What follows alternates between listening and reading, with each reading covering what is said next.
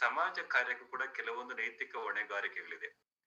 ಸಮಾಜ ಕಾರ್ಯಕರ್ತನು ಇತರರಿಗೆ ನೆರವಾಗುವಂತ ಸಂದರ್ಭದಲ್ಲಿ ಯಾವೆಲ್ಲ ನೈತಿಕ ಹೊಣೆಗಾರಿಕೆಗಳನ್ನ ಹೊಂದಿರಬೇಕು ಅನ್ನುವಂತ ವಿಚಾರವನ್ನ ಇಲ್ಲಿ ಸವಿಸ್ತಾರವಾಗಿ ಚರ್ಚೆ ಮಾಡ್ತಾ ಹೋಗ್ತಾರೆ. ಪ್ರಮುಖವಾಗಿ ಈ ಒಂದು ನೈತಿಕ ಹೊಣೆಗಾರಿಕೆಗಳು ಕೂಡ ಕಾಲ ಕಾಲಕ್ಕೆ ಬದಲಾವಣೆ ಆಗಿದ್ರು ಕೂಡ ಮೇಜರ್ ಆಗಿ ಏನು ಹೊಣೆಗಾರಿಕೆಗಳು ಯಾವತ್ತೂ ಬದಲಾವಣೆ ಆಗಿಲ್ಲ. ಒಳಗಡೆ ಇರುವಂತ ಕೆಲವೊಂದು ಅಂಶಗಳು ಬದಲಾವಣೆ ಆಗುವಂತ ಸಾಧ್ಯತೆ ಇದೆ ಅಷ್ಟೇ. ನೈತಿಕತೆ ಅನ್ನುವಂಥದ್ದು ಬಹುಪಾಲು ಸಂದರ್ಭಗಳಲ್ಲಿ ನಮ್ಮನ್ನ ಸರಿಯಾದ ದಿಕ್ಕಿನಲ್ಲಿ ಮುನ್ನಡೆಸುವಂತ ಒಂದು ಕೆಲಸ ಆಗ್ತಾ ಹೋಗುತ್ತೆ. ಬಹುಶಃ ಕೆಲವೊಂದು ಸಂದರ್ಭದಲ್ಲಿ ನಾವು ಕಾನೂನು ಬಾಹಿರ ಚಟುವಟಿಕೆಗಳಲ್ಲಿ ಪಾಲ್ಗೊಳ್ಳಬೇಕು ಅಂದ್ರೆ ನಮ್ಮಲ್ಲಿರುವಂತ ಇನ್ನೊಂದು ಮನಸ್ಸು ಹೇಳ್ತಾ ಇರುತ್ತೆ ಇದು ತಪ್ಪು ಅನ್ನುವಂಥದ್ದನ್ನು ನಮಗೆ ಚೂಸ್ತಾ ಇರುತ್ತೆ. ಬೈ ಬರ್ತಿಂದ ನಾವು ಯಾವುದನ್ನ ಕಲ್ತಿರ್ತೀವಿ, ಯಾವುದನ್ನ ಫಾಲೋ ಮಾಡ್ತಾ ಇರ್ತೀವಿ, ನಮ್ಮ ಕುಟುಂಬದ ಸುತ್ತಮುತ್ತಲಿರುವಂತ ಪರಿಸರ ನಮ್ಮನ್ನ ಯಾವ ರೀತಿ ಉತ್ತಮ ನಾಗರಿಕರನ್ನಾಗಿ ಮಾಡುತ್ತೆ, ಅಲ್ಲಿ ಪ್ರತಿಯೊಂದಲ್ಲೂ ಕೂಡ ಕೆಲವೊಂದು ಹೊಣೆಗಾರಿಕೆ ತೋರ್ತಾ ಇರುತ್ತೆ. ಸಮಾಜ ಕಾರ್ಯಕರ್ತ ಹೇಳ್ಕೋಬೇಕು ಅಂತಂದ್ರೆ ನನಗೆ ನಿರ್ದಿಷ್ಟ ಪ್ರಮಾಣದ ಹೊಣೆಗಾರಿಕೆಗಳಿದೆಯೇ, ಆ ಯಾವ್ದು ಹೊಣೆಗಾರಿಕೆಗಳು ಅನ್ನೋದ್ರ ಬಗ್ಗೆ ನಾನು ಮುಂದಿನ 2-3 ತರಗತಿಯಲ್ಲಿ ಹೇಳ್ತೀನಿ. ಯಾಕಂದ್ರೆ ಒಂದೇ ತರಗತಿಯಲ್ಲಿ ಇದನ್ನ ಪೂರ್ಣಗೊಳಿಸ್ಲಿಕ್ಕೆ ಸಾಧ್ಯತೆ ಇಲ್ಲ. ಯಾಕಂದ್ರೆ ತುಂಬಾ ವೈಡ್ ಆಗಿರುವಂತ varied kinds of responsibilities are there for social workers while practicing social work. So before going to it, ಅಂದ್ರೆ ಇದನ್ನ ನಾವು ಅರ್ಥ ಮಾಡ್ಕೊಳ್ಳೋಕ್ಕಿಂತ ಮುಂಚೆ ನಾವು ಮುಂದಕ್ಕೆ ಹೋಗ ನೈತಿಕ ಹೊಣೆಗಾರಿಕೆ ಅಂದ್ರೆ ಏನು ಅನ್ನೋದನ್ನ ಸ್ವಲ್ಪ ಅರ್ಥ ಮಾಡ್ಕೊಂಡ್ರೆ ತುಂಬಾ ಚೆನ್ನಾಗಿರುತ್ತೆ. ಇಲ್ಲಿ ತುಂಬಾ ಕ್ಲಿಯರ್ ಆಗಿ ಎಕ್ಸ್ಪ್ಲೈನ್ ಮಾಡ್ತಾ ಹೋಗ್ತಾರೆ. ನೈತಿಕ ಹೊಣೆಗಾರಿಕೆ ಅಂದ್ರೆ ಏನು ಅಂದ್ರೆ it's ethical responsibility is the ability to recognise, interpret and act upon multiple principles and values according to the standards within a given field or a context. ಅಂದ್ರೆ ಅರ್ಥ, ನಾವು ಯಾವ ಕ್ಷೇತ್ರದಲ್ಲಿ ಕೆಲಸ ಮಾಡ್ತಾ ಇರ್ತೀವೋ ಅಂತ ಕ್ಷೇತ್ರದಲ್ಲಿ ಸಂದರ್ಭಗಳಿಗೆ ಅನುಗುಣವಾಗಿ ಹಲವಾರು ಮಾನದಂಡನೆಗಳು, ತತ್ವಗಳು ಮತ್ತು ಮೌಲ್ಯಗಳನ್ನ ಗುರುತಿಸಿ ವ್ಯಾಖ್ಯಾನಿಸುವ ಮೂಲಕ ಕಾರ್ಯನಿರ್ವಹಿಸುವಂತ ಸಾಮರ್ಥ್ಯವನ್ನ ನೈತಿಕ ಹೊಣೆಗಾರಿಕೆ ಎಂದು ವ್ಯಾಖ್ಯಾನಿಸಬಹುದಾಗಿದೆ. ಅಂದ್ರೆ ಅರ್ಥ, ನಾವ್ ಯಾವುದೇ ಕ್ಷೇತ್ರದಲ್ಲಿ ಕೆಲಸ ಮಾಡ್ಲಿ, ಫಾರ್ ಎಕ್ಸಾಂಪಲ್ ನೀವು ರೈತರಾಗಿ ಕೆಲಸ ಮಾಡ್ತೀವಿ ಅಂತಂದ್ರೆ ಮುಖ್ಯವಾಗಿರುವಂತ ಹೊಣೆಗಾರಿಕೆ ಏನಿರ್ತಂದ್ರೆ ಆ ಕೃಷಿ ಚಟುವಟಿಕೆಗೆ ಪೂರಕವಾಗಿರುವಂತ ಎಲ್ಲಾ ಅಂಶಗಳನ್ನು ಕೂಡ ನಾವು ಗಣನೆಗೆ ತಗೊಳ್ಳುವಂಥದ್ದು. ಈಗ ನಮ್ಮಲ್ಲಿ ಭೂಮಿಗೆ ಬೆಲೆ ಜಾಸ್ತಿ ಆದ ಕೂಡಲೇ ನಾವು ಪರಿಸರವನ್ನ ಅಥವಾ ಅರಣ್ಯಗಳನ್ನ ನಾಶ ಮಾಡಿ ಅದನ್ನ ಒತ್ತುವರಿ ಮಾಡಿಕೊಂಡು ನಾವು ಕೃಷಿ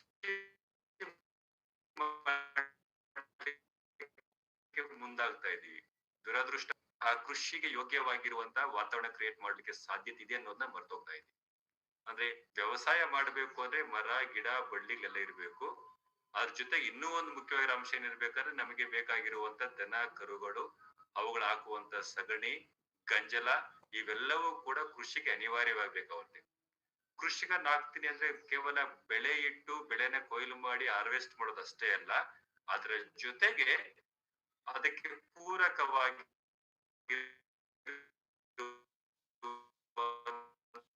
ಆಡು ಕುರಿ ಸಾಕಾಣೆ ಬರ್ತವೆ. ಇವುಗಳನ್ನ ಪ್ರೊಟೆಕ್ಷನ್ ಮಾಡುವುದು ಕೂಡ ಮುಖ್ಯವಾಗಿರುತ್ತೆ. ಇದರ ಜೊತೆಗೆ ತಮ್ಮ ಹೊಲದ ಸುತ್ತಮುತ್ತ ಇರುವಂತಹ ಮರಗಳನ್ನ ಬೆಳೆಸುವಂತದ್ದು ಕೂಡ ಅದು ರೈತನ ಹೊಣೆಗಾರಿಕೆ ಆಗುತ್ತೆ. ಅದೇ ತರ ಸಮಾಜ ಕಾರ್ಯಕರ್ತರು ಕೂಡ ಕೆಲವೊಂದು ಹೊಣೆಗಾರಿಕೆಗಳಿದೆ. ಅವು ಯಾವ್ದು ಅನ್ನೋದ್ರ ಬಗ್ಗೆ ನಾವು ಮುಂದೆ ನೋಡೋಣ, ಮುಂದಿನ ಸ್ಲೈಡ್ಸ್ ಅಲ್ಲಿ ನೋಡೋಣ.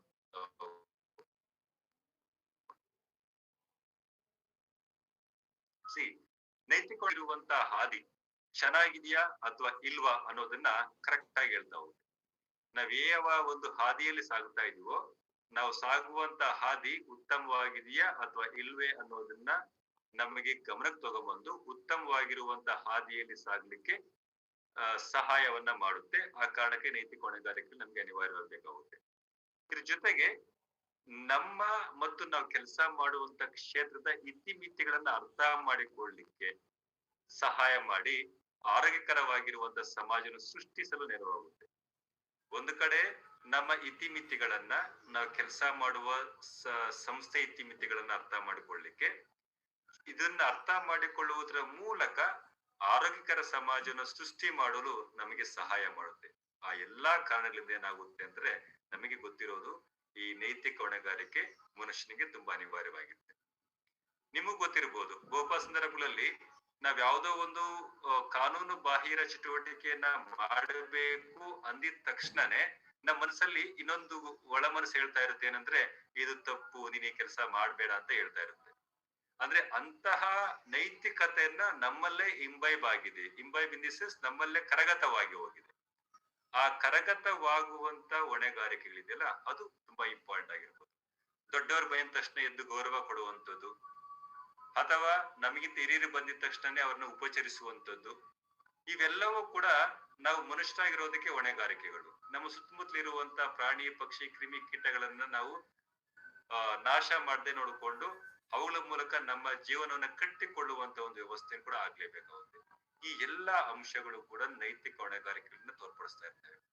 ಉದಾಹರಣೆಗೆ ಹೇಳ್ಬೇಕು ಅಂದ್ರೆ ನಾವ್ ಯಾವ್ದೋ ಒಂದು ಸಂಸ್ಥೆಯಲ್ಲಿ ಕೆಲಸ ಮಾಡ್ತಾ ಇದೀವಿ ಅಂದ್ರೆ ಅಲ್ಲಿ ನೌಕರನಿಗೆ ಏನೆಲ್ಲ ರೆಸ್ಪಾನ್ಸಿಬಿಲಿಟೀಸ್ ಇರಬೇಕು, what would be the ethical responsibilities of A person who works in a particular company. ಒಂದು ಸಂಸ್ಥೆಗೆ ಸಂಬಂಧಪಟ್ಟ ನೈತಿಕ ಹೊಣೆಗಾರಿಕೆ ಇದೆ ಅಂತಂದಾಗ ಅದು ತುಂಬಾ ಕ್ಲಿಯರ್ ಆಗಿರುತ್ತೆ.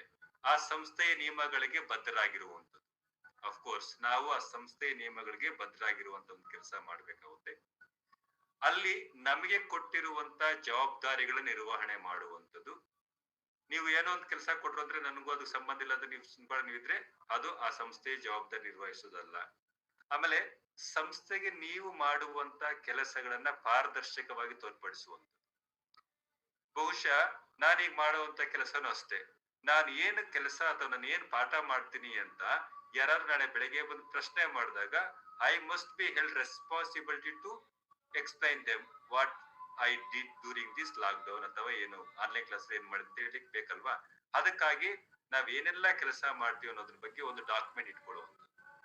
ಆದ್ರೆ ನಾವು ಜವಾಬ್ದಾರಿ ಇರಬೇಕು. ನಾನು ತಿಂಗಳಿಗೆ ಇಂತಿಷ್ಟು ಸಂಬಳ ತಗೊಳ್ತಾ ಇದ್ದೀನಿ ಅಂತಂದ್ರೆ ನಾನು ತಗೊಳ್ಳುವಂತ ಸಂಬಳಕ್ಕಾದ್ರೂ ಕೂಡ ನಿಯತ್ತ ಕೆಲಸ ಮಾಡುವಂತ ನಿಟ್ಟಿನಲ್ಲಿ ಇರ್ಬೇಕಾಗುತ್ತೆ. ಆ ರೀತಿಯಾಗಿರುವಂತಹ ಟ್ರಾನ್ಸ್ಪರೆನ್ಸಿ ನೋಡ್ಬೇಕು. ಅಲ್ಲಿ ನೀವು ಪಾರದರ್ಶಕ ತೋರಿಸ್ತೀವಿ ಅಂತ ಎಲ್ಲ ಮುಚ್ಚುಮರೆ ಮಾಡುವಾಗಿಲ್ಲ, ನೀವೇನೋ ಬೇರೆ ಬೇರೆ ಕೆಲಸ ಮಾಡುವಾಗಿಲ್ಲ. ನಿಮಗೆ ಕೊಟ್ಟಿರುವಂತ ಕೆಲಸಕ್ಕೆ ಪೂರಕವಾಗಿರೋ ಕೆಲಸಗಳು ಕೈಗೊಳ್ಳುವಂತ ಪಾರದರ್ಶಕತೆ ಇರಬೇಕು. ಆ ಸಂಸ್ಥೆಯ ನಿಯಮಗಳಿಗೆ ನೀತಿಗಳಿಗೆ ಬದ್ಧರಾಗಿರುವಂತದ್ದು, ಸಹೋದ್ಯೋಗಿಗಳೊಂದಿಗೆ ಉತ್ತಮವಾಗಿರುವಂತ ಸಂಪರ್ಕ ಮತ್ತು ಪರಸ್ಪರ ನಂಬಿಕೆ ಹೊಂದುವಂಥದ್ದು. ಈಗ ನಮ್ಮಲ್ಲಿ ಬಹುಪಾಲ ಸಂದರ್ಭದಲ್ಲಿ ಕಾಣೋದೇ ಅದೊಂದು ದೊಡ್ಡ ಸಮಸ್ಯೆ. ನಾನ್ ಯಾಕೆ ತಲೆ ಕೆಡಿಸ್ಬೇಕು, ನಾನು ಹಾಗೆ ಹೀಗೆ ಅಂತ ಜನ ಮಾತಾಡ್ತಾ ಇರ್ತಾರಲ್ವಾ.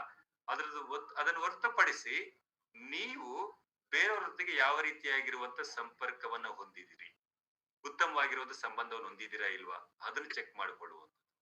ನೆಕ್ಸ್ಟ್, ನಿಮ್ಮ ಕಮ್ಯುನಿಕೇಶನ್ ನೇರವಾಗಿರ್ಬೇಕು, ಪರಿಣಾಮಕಾರಿಯಾಗಿರ್ಬೇಕು. ಸೊ ನಾನು ಹಿಂದಿನ ತರಗತಿಯಲ್ಲಿ ಹೇಳ್ತಾ ಇದ್ದೆ, I am responsible for what I said but not what you understood ಅಂತ. ಅರ್ಥ ನಾನು ಹೇಳಿರೋದಕ್ಕೆ ಮಾತ್ರ ಹೊಣೆಗಾರಿಕೆ. ಅದನ್ನ ವ್ಯಕ್ತಿಗಳು ಸಮಯ ಸಂದರ್ಭಕ್ಕೆ ತಕ್ಕ ಹಾಗೆ ತಿರುಚಿ ಹೇಳ್ತಾ ಇರ್ತಾರೆ. ನಾ ಹೇಳಿರೋ ಒಂದೇ ಪದ ನಾನು ಹೇಳಿ ಕರೆಕ್ಟ್ ಆಗಿ ಹೇಳ್ತಾ ಇದ್ದೀನಿ, ಆದ್ರೆ ಅವರ ಒಂದು ಸನ್ನಿವೇಶ ತಕ್ಕಾಗಿ ಅದನ್ನ ತಿರುಚಿ ಬೇರೆಯವ್ರಿಗೆ ಹೇಳುವಂತ ಒಂದು ಕೆಲಸ ಆಗ್ತಾ ಇರುತ್ತೆ. ನೋ, ಆ ತರ ಅಲ್ಲ, ಎಲ್ಲನೂ ಕ್ಲಾರಿಫಿಕೇಶನ್ ಕೊಡ್ಲೇಬೇಕಾಗುತ್ತೆ. ಪರಿಣಾಮಕಾರಿ ಸಂವಹನ ನಡೆಸಬೇಕು, ನೇರವಾಗಿ ಹೇಳುವಂಥದ್ದು ಇದನ್ನೇ ಹೇಳ್ತಾ ಇದ್ದೀನಿ, ಇದೇ ಅರ್ಥ ಅಂತ ಕರೆಕ್ಟ್ ಕ್ಲಾರಿಟಿ ಕೊಡುವಂಥದ್ದು. ನೆಕ್ಸ್ಟ್, ವೃತ್ತಿ ಧರ್ಮವನ್ನ ಪಾಲಿಸುವಂಥದ್ದು. ಎಸ್, ತುಂಬಾ ಜನ ನಾವು ಸೋಷಿಯಲ್ ವರ್ಕರ್ಸ್ ಅಂತ ಹೇಳ್ತಾರೆ, ಬಟ್ ಸೋಷಿಯಲ್ ವರ್ಕ್ ಏನೆಲ್ಲ ಏನು ರಿವರ್ಸ್ ಆಗಿ ಕೊಟ್ಟಿದ್ರೆ ಅನ್ನೋದು ಸಮಸ್ಯೆ ಆಗುತ್ತೆ.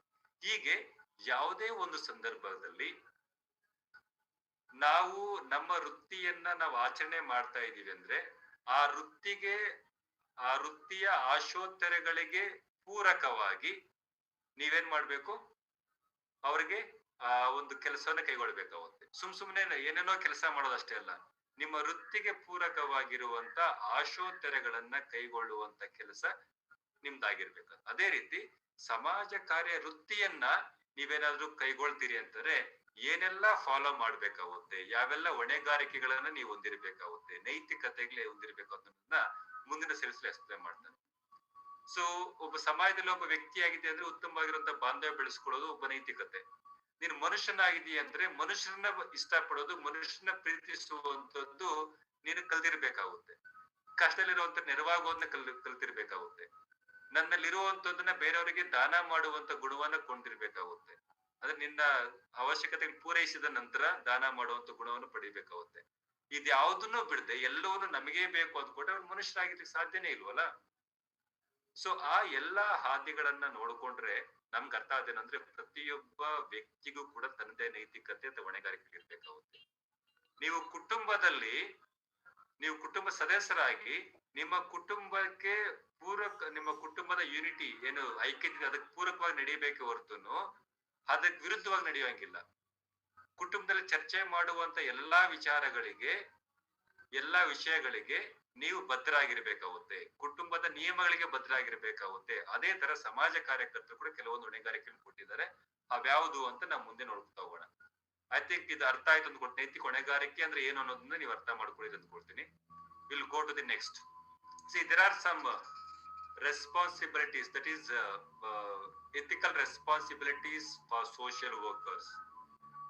ಸಮಾಜ ಕಾರ್ಯಕರ್ತರು ಎಲ್ಲೆಲ್ಲಿ ಕೆಲಸ ಮಾಡ್ತಾರೋ ಆ ಎಲ್ಲಾ ಕಡೆ ಅವರು ಹೊಂದಿರ್ಲೇಬೇಕಾಗಿರುವಂತ ಕೆಲವೊಂದು ಹೊಣೆಗಾರಿಕೆಗಳ ಲಿಸ್ಟ್ ಅನ್ನ IFSW ನಮ್ಮ ಮುಂದೆ ಇಟ್ಟಿದೆ. IFSW ಅಂದ್ರೆ international federation of social workers, ಅಂತಾರಾಷ್ಟ್ರೀಯ ಸಮಾಜ ಕಾರ್ಯಕರ್ತರ ಒಕ್ಕೂಟ ಒಂದಷ್ಟು ರೆಸ್ಪಾನ್ಸಿಬಿಲಿಟೀಸ್ ನಮ್ಮ ಮುಂದೆ ಇಡ್ತಾ ಇದೆ. ಅವ್ಯಾವುದು ಅಂದ್ರೆ the first one is social workers ethical responsibilities to client. ಅಂದ್ರೆ ಅರ್ಥಿಯೊಂದಿಗೆ ಸಮಾಜ ಕಾರ್ಯಕರ್ತರ ನೈತಿಕ ಹೊಣೆಗಾರಿಕೆಗಳು ಯಾವುದು, ಅಥವಾ ಅರ್ಥಿಗೆ ಕೊಡಬೇಕಾಗಿರುವಂತ ನೈತಿಕ ಹೊಣೆಗಾರಿಕೆಗಳು ಯಾವುದು. ಅದಾದ್ಮೇಲೆ ಕಲೀಗ್ಸ್, ತನ್ನ ಸಹೋದ್ಯೋಗಿಗಳಿಗೆ ಸಮಾಜ ಕಾರ್ಯಕರ್ತನು ಯಾವೆಲ್ಲ ನೈತಿಕ ಹೊಣೆಗಾರಿಕೆಗಳಿಗೆ ಜವಾಬ್ದಾರನಾಗಿರ್ತಾನೆ. ದೆನ್ ರೆಸ್ಪಾನ್ಸಿಬಿಲಿಟಿ ಪ್ರಾಕ್ಟೀಸ್ ಸೆಟ್ಟಿಂಗ್ಸ್, ನೀವು ಕೆಲಸ ಮಾಡುವಂತ ಏಜೆನ್ಸಿ ಅಥವಾ ಸಂಸ್ಥೆಯೊಂದಿಗೆ ನೀವು ಯಾವ ರೀತಿಯಾಗಿರೋದು ನೈತಿಕ ಹೊಣೆಗಾರಿಕೆಗಳನ್ನು ಹೊಂದಿರಬೇಕು. ಜೊತೆಗೆ ಪ್ರೊಫೆಷನಲ್ಸ್ ಅಂದ್ರೆ ಸಹೋದ್ಯೋಗಿಗಳು ಹೊರತುಪಡಿಸಿ ಇತರೆ ಸಮಾಜ ಕಾರ್ಯಕರ್ತರೊಂದಿಗೆ ನೀವು ಯಾವ ರೀತಿಯಾಗಿರುವಂತ ನೈತಿಕ ಹೊಣೆಗಾರಿಕೆಗಳು ಹೊಂದಿರಬೇಕು ಅನ್ನುವಂಥದ್ದನ್ನು ಎಕ್ಸ್ಪ್ಲೇನ್ ಮಾಡ್ತಾ ಹೋಗ್ತಾರೆ. ಅದ್ರ ಜೊತೆಗೆ ಸೋಷಿಯಲ್ ವರ್ಕ್ ಪ್ರೊಫೆಷನ್, ಸಮಾಜ ಕಾರ್ಯ ವೃತ್ತಿಗೆ ನೀವು ಯಾವ ರೀತಿಯಾಗಿರುವ ಹೊಣೆಗಾರರಾಗಿರ್ತೀರಿ. ಅದಾದ್ಮೇಲೆ ಅಂತಿಮವಾಗಿ ದಟ್ ಇಸ್ ಬ್ರಾಡರ್ ಸೊಸೈಟಿ, ನಾವು ಜೀವಿಸ್ತಾ ಇರುವಂತಹ ಎಂಟೈರ್ ಸೊಸೈಟಿಗೆ ನಾವ್ ಯಾವ ರೀತಿಯಾಗಿರುವಂತ ರೆಸ್ಪಾನ್ಸಿಬಿಲಿಟೀಸ್ ನ ಹೊಂದಿದೀವಿ ಅನ್ನೋದನ್ನ ಎಕ್ಸ್ಪ್ಲೇನ್ ಮಾಡ್ತಾ ಹೋಗ್ತಾರೆ. ಇವಿಷ್ಟು ಪ್ರಮುಖವಾಗಿರುವಂತ ರೆಸ್ಪಾನ್ಸಿಬಿಲಿಟೀಸ್. ಅಫ್ಕೋರ್ಸ್ ನಿಮ್ಗೆ ಎಕ್ಸಾಮ್ ಅಲ್ಲಿ ಕೇಳಬಹುದು, ಸಮಾಜ ಕಾರ್ಯಕರ್ತರು ಯಾರ್ಯಾರೊಂದಿಗೆ ನೈತಿಕ ಹೊಣೆಗಾರಿಕೆಗಳನ್ನ ಹೊಂದಿರ್ಬೇಕಾಗುತ್ತೆ, ಯಾವ್ದು ಬದ್ಧವಾಗಿರ್ಬೇಕು ಅಂತ ಪ್ರಶ್ನೆ ಕೇಳಿದಾಗ you have to write all these things. ಇದನ್ನ ನೀವು ಬರೀಲೇಬೇಕಾಗುತ್ತೆ. ಅಲ್ಲಿ ಒಬ್ಬ ಕ್ಲೈಂಟ್ ಜೊತೆಗೆ ಸಮಾಜ ಕಾರ್ಯಕರ್ತ ಹೊಂದಿರಬೇಕಾಗಿರುವಂತಹ ಎಥಿಕಲ್ ರೆಸ್ಪಾನ್ಸ್ ಅಂದ್ರೆ ನೈತಿಕ ಹೊಣೆಗಾರಿಕೆಗಳು ಯಾವುದು, ಒಬ್ಬ ಸಹೋದ್ಯೋಗಿಯೊಂದಿಗೆ ಮತ್ತೆ ತಾವು ಕೆಲಸ ಮಾಡೋ ಸಂಸ್ಥೆಯೊಂದಿಗೆ, ಇತರೆ ಪ್ರೊಫೆಷನಲ್ಸ್ ಒಂದಿಗೆ, ಸೋಷಿಯಲ್ ವರ್ಕ್ ಪ್ರೊಫೆಷನ್ ಒಂದಿಗೆ ಯಾವ ತರ ಇರ್ಬೇಕಾಗುತ್ತೆ, ಸೊಸೈಟಿಯೊಂದಿಗೆ ಯಾವ ರೀತಿಯಾಗಿರುವಂತ ನೈತಿಕ ಹೊಣೆಗಾರಿಕೆಗಳು ಹೊಂದಿರಬೇಕಾಗುತ್ತೆ ಅನ್ನೋದನ್ನ ಸಂಪೂರ್ಣವಾಗಿ ವಿವರಣೆ ಮಾಡುವಂತ ಒಂದು ಕೆಲಸ ಇದೆ. ಸೊ ಬಹುಶಃ ಇವತ್ತು ಅಂದ್ರೆ ಈ ತರಗತಿ ಮುಗಿಯೋದ್ರೊಳಗಡೆ ನಾನು ರೆಸ್ಪಾನ್ಸಿಬಿಲಿಟೀಸ್ ಟು ಕ್ಲೈಂಟ್ಸ್ ಅಂದ್ರೆ ಅರ್ಥಿಗಳೊಂದಿಗೆ ಸಮಾಜ ಕಾರ್ಯಕರ್ತ ಹೊಂದಿರಬೇಕಾಗಿರುವಂತ ನೈತಿಕ ಹೊಣೆಗಾರಿಕೆಗಳು ಯಾವುದು ಅನ್ನೋದ್ರ ಬಗ್ಗೆ ಮಾತ್ರ ಮಾತನಾಡ್ಲಿಕ್ಕೆ ಶಕ್ತನಾಗಿದ್ದೀನಿ ಅಂದ್ಕೊಳ್ತೀನಿ. ಕಾರಣ ಏನು ಅಂದ್ರೆ ತುಂಬಾ ವಿಶಾಲವಾಗಿದೆ. ನಾವು ಆದಷ್ಟು ಬೇಗ ಅದನ್ನ ಮುಗಿಸ್ಲಿಕ್ಕೆ ಆಗಲ್ಲ ಅಥವಾ ಪರಿಪೂರ್ಣವಾಗಿ ಅರ್ಥ ಮಾಡಿಸ್ಲಿಕ್ಕೂ ಕಷ್ಟ ಇದೆ. ಅದನ್ನ ಹೊರತುಪಡಿಸಿದ್ರೆ ಅಂದ್ರೆ ಇದು ಬಹುಶಃ ಕೆಲವು ಸಂದರ್ಭಗಳಲ್ಲಿ ತತ್ವಗಳಿಗೆ ಮತ್ತು ವ್ಯಾಲ್ಯೂಸ್ ಮೌಲ್ಯಗಳಿಗೆ ಪೂರಕವಾಗಿದೆ ಅಂತ ಕಂಡು ಬಂದ್ರು ಕೂಡ ಅದನ್ನ ನೀವು ತುಂಬಾ ಸಮರ್ಥವಾಗಿ ಅರ್ಥ ಮಾಡಿಕೊಂಡಾಗ ಮಾತ್ರ ನೈತಿಕ ಹೊಣೆಗಾರಿಕೆಗಳು ಏನು ಅನ್ನೋದ್ರ ಬಗ್ಗೆ ನಿಮ್ಗೆ ಗೊತ್ತಾಗ್ತಾ ಹೋಗುತ್ತೆ. ಸೊ ಅರ್ಥ ಆಗ್ತಾ ಇದೆಯಲ್ವಾ? Yes, sir. Yeah. So there are some social workers ethical responsibilities to clients. ಅಂದ್ರೆ ಅರ್ಥಿಗಳಿಗೆ ಅಥವಾ ಅರ್ಥಿಗಳೊಂದಿಗೆ ಸಮಾಜ ಕಾರ್ಯಕರ್ತರು ಹೊಂದಿರಬೇಕಾದ ನೈತಿಕ ಹೊಣೆಗಾರಿಕೆಗಳು ಯಾವುದು ಅಂತ. ಇಲ್ಲಿ ತುಂಬಾ ಕ್ಲಿಯರ್ ಆಗಿದೆ. The first one is commitment to clients. ನಿಮಗೆ ಬಂದಿರುವಂತಹ ಅಥವಾ ನಿಮ್ಮ ಬಳಿ ಸಹಾಯವನ್ನ ಅಪೇಕ್ಷೆ ಮಾಡಿ ಬರುವಂತಹ ಅರ್ಥಿಗಳಿಗೆ ನೀವು ಕಮಿಟ್ಮೆಂಟ್ ಇರಬೇಕು. ಸೊ ಅರ್ಥಿಗಳು ಬೇರೆ ಬೇರೆ ರಂಗಗಳಿಂದ ಬಂದಿರಬಹುದು, ಬೇರೆ ಬೇರೆ ಕ್ಷೇತ್ರಗಳಿಂದ ಬಂದಿರಬಹುದು. ಅರ್ಥಿಯ ಭಾಷೆ, ನಡವಳಿಕೆ, ಅವನ ಬಟ್ಟೆ ಹಾಕುವಂತ ವಿಧಾನ, ಧರಿಸುವಂತ ದಿರಿಸಿ ಬೇರೆ ಬೇರೆ ರೀತಿಯಾಗಿರುವಂತ ಕ್ಷೇತ್ರಗಳಿಂದ ಜನ ನಿಮ್ಮ ಬಳಿ ಸಹಾಯವನ್ನ ಕೇಳಿ ಬರಬಹುದು. ಸಮಾಜ ಕಾರ್ಯದಲ್ಲಿ ಅರ್ಥಿ ಅಂದ್ರೆ ತುಂಬಾ ಕ್ಲಿಯರ್ ಕಟ್ ಆಗಿದೆ. A person with a problem or a problematic person who comes to you as a social workers. ಅಂದ್ರೆ ಒಬ್ಬ ಸಮಾಜ ಕಾರ್ಯಕರ್ತನ ಬಳಿ ಸಮಸ್ಯಾತ್ಮಕ ವ್ಯಕ್ತಿ ಬಂದು ಸಹಾಯವನ್ನ ಅಪೇಕ್ಷಿಸುವಂತದ್ದು. ಅಂದ್ರೆ ಯಾವ ವ್ಯಕ್ತಿ ಸಮಸ್ಯೆಯೊಂದಿಗೆ ಸಮಾಜ ಕಾರ್ಯಕರ್ತನ ಬಳಿ ಬಂದು ಸಹಾಯವನ್ನ ಅಪೇಕ್ಷಿಸುತ್ತಾನೋ ಆ ವ್ಯಕ್ತಿಗೆ ನಾವೇನ್ ಕರಿತೀವಿ ಅಂದ್ರೆ ಅರ್ಥಿ ಅಂತ ಕರಿತೀವಿ. ಆ ಅರ್ಥಿಯ ಸಮಸ್ಯೆಗಳನ್ನ ಬಗೆಹರಿಸ್ಲಿಕ್ಕೆ ಸಮಾಜ ಕಾರ್ಯಕರ್ತನ ಕಮಿಟ್ ಆಗಿರ್ಬೇಕು. It's not just like that. ಸುಮ್ಮನೆ ನಾವು ಕಮಿಟ್ಮೆಂಟ್ ತೋರ್ಸ ಅಂತ ಹೇಳಲಿಕ್ಕಾಗಲ್ಲ. ಈಗ ನನ್ನ being a social work educator, what is my commitment to students ಅಂತಂದಾಗ ಇಲ್ಲಿ ತುಂಬಾ ಕ್ಲಿಯರ್ ಆಗಿದೆ. ನಾನು ಹೇಳುವಂತ ಬಹುಪಾಲು ವಿಚಾರಗಳು ನಿಮ್ಗೆ ಅರ್ಥ ಆಗೋ ರೀತಿಯಲ್ಲಿ ಹೇಳ್ಬೇಕಾಗುತ್ತೆ. ನಿಮ್ಗೆ ಅರ್ಥ ಆಗ್ಲಿಲ್ಲ ಅಂತಂದ್ರೆ ನನ್ನ ಸಮಯ ವ್ಯರ್ಥ ಆಗುತ್ತೆ, ನಾನು ಉಪಯೋಗಿಸ್ಕೊಂಡಿರೋ ಟೆಕ್ನಾಲಜಿ ವ್ಯರ್ಥ ಆಗ್ತಾ ಇದೆ, ಅಥವಾ ನಾನು ಹೇಳುವಂತ ವಿಚಾರಗಳು ಕೂಡ ನಿಮಗೆ ಅರ್ಥ ಆಗದೇನೆ ಇರ್ಬೋದು. ಸೊ ಆದ್ರೆ ನಾನು ಏನೇ ವಿಚಾರ ಹೇಳಿದ್ರು ಕೂಡ ಅದು ನಿಮಗೆ ಸ್ವಲ್ಪ ಮಟ್ಟಿಗಾರ ಅರ್ಥ ಆಗಿದೆ ಅನ್ನೋದನ್ನ ಖಾತ್ರಿ ಪಡಿಸಿಕೊಳ್ಳುವಂತ ಅವಕಾಶ ನನಗೂ ಇರುತ್ತೆ. ಸೊ ಅದೇ ರೀತಿ ನಾವು ಸಹಾಯವನ್ನ ಕೊಡುವಂತ ವ್ಯಕ್ತಿ ಅಥವಾ ಒಬ್ಬ ಅರ್ಥಿ, ಅವನಿಗೆ ನಾವು ಬದ್ಧರಾಗಿರ್ಬೇಕಾಗುತ್ತೆ. ಅವನ ಸಮಸ್ಯೆಗಳನ್ನ ಬಗೆಹರಿಸುವ ನಿಟ್ಟಿನಲ್ಲಿ ನಾವು ಪ್ರಬುದ್ಧತೆಯನ್ನು ತೋರಿಸ್ಬೇಕಾಗುತ್ತೆ. ಈ ಕೆಲಸವೇ ನಾವು ಮೊಟ್ಟ ಮೊದಲ ಅರ್ಥಿಗಳೊಂದಿಗೆ ಸಮಾಜ ಕಾರ್ಯಕರ್ತ ನೈತಿಕ ಹೊಣೆಗಾರಿಕೆ ಇದೆ. Then self determination. ಸೊ ಜನಕ್ಕೆ ಅನಿಸ್ಬೋದು ಏನು ಅಂತಾರೆ, ನಾನು ಸೋಷಿಯಲ್ ವರ್ಕರು, ನನಗೆಲ್ಲ ಗೊತ್ತಿದೆ, ಆ ಕಾರಣಕ್ಕಾಗಿನೇ ನಾನು ಏನು ಹೇಳ್ತೀನೋ ಅದನ್ನ ಅವ್ರು ಫಾಲೋ ಮಾಡ್ಲೇಬೇಕು ಅನ್ನೋ ಹೇಳೋದು ಮುಖ್ಯ ಅಲ್ಲ. ಇಲ್ಲಿ ವಿಚಾರಗಳು ಬೇರೆ ಬೇರೆ ಇದೆ. ಯಾಕೆ ಅಂತಂದ್ರೆ ಸಮಸ್ಯೆಯನ್ನ ಹೊಂದಿರುವಂತ ವ್ಯಕ್ತಿಯಷ್ಟು ಬೇರೆ ಯಾವುದೇ ವ್ಯಕ್ತಿಗೆ ಆ ವ್ಯಕ್ತಿ ಹೊಂದಿರೋ ಸಮಸ್ಯೆ ಬಗ್ಗೆ ಮಾಹಿತಿ ಗೊತ್ತಿರ್ಲಿಕ್ಕೆ. ಸೊ ನನಗಿರುವಂತ ಸಮಸ್ಯೆ ನನಗೆ ಗೊತ್ತಿದೆ. ನಾನು ಬೇರೆಯವ್ರಿಗೆ ಹೇಳಿದಾಗ ಏನಾಗುತ್ತೆ, ಆ ಸಮಸ್ಯೆ ಬಗ್ಗೆ ಸಂಪೂರ್ಣವಾಗಿರುವಂತ ಮಾಹಿತಿ ಗೊತ್ತಿದೆಯಲ್ಲ ಅಂತ ಅಂದ್ಕೊಳ್ತಾರೆ. ಸೊ ದಿಸ್ ಈಸ್ ವಾಟ್ ಅಂದ್ರೆ, ನೀವು ಸಮಸ್ಯೆಯ ಮೂಲವನ್ನ ಹುಡುಕಿ ಸಮಸ್ಯೆಯನ್ನ ಪರಿಹಾರ ಮಾಡುವಂತ ಮಾರ್ಗೋಪಾಯಗಳನ್ನ ಅರ್ಥಿಗೆ ಹೇಳಿ ಸಮಸ್ಯೆ ಇಲ್ಲ, ಆದ್ರೆ ಆ ಸಮಸ್ಯೆಗೆ ತಕ್ಕದಾಗಿರುವಂತ ಅಂತಿಮ ನಿರ್ಧಾರವನ್ನ ತೆಗೆದುಕೊಳ್ಳುವಂತ ಒಂದು ನಿರ್ಧಾರ ತೆಗೆದುಕೊಳ್ಳುವಂತ ಒಂದು ಅವಕಾಶವನ್ನ ಅಥವಾ ಹಕ್ಕನ್ನ ನೀವು ಕ್ಲೈಂಟ್ಗೆ ಕೊಡಬೇಕಾಗುತ್ತೆ. Being a social worker should not take any decision with regard to the client's problem. You have to give them a various means of solving the problems, but ultimately the client will take decision which is the very suitable for to solve his particular problem. ಅವನ ನಿರ್ದಿಷ್ಟ ಸಮಸ್ಯೆಗಳನ್ನ ಬಗೆಹರಿಸಿಕೊಳ್ಳಲಿಕ್ಕೆ ಯಾವುದು ಸೂಕ್ತ ಅನ್ನೋದ್ರ ಬಗ್ಗೆ ನಾನು ಅರ್ಥಿಗೆ ಮಾತ್ರ ಗೊತ್ತಿರುತ್ತೆ.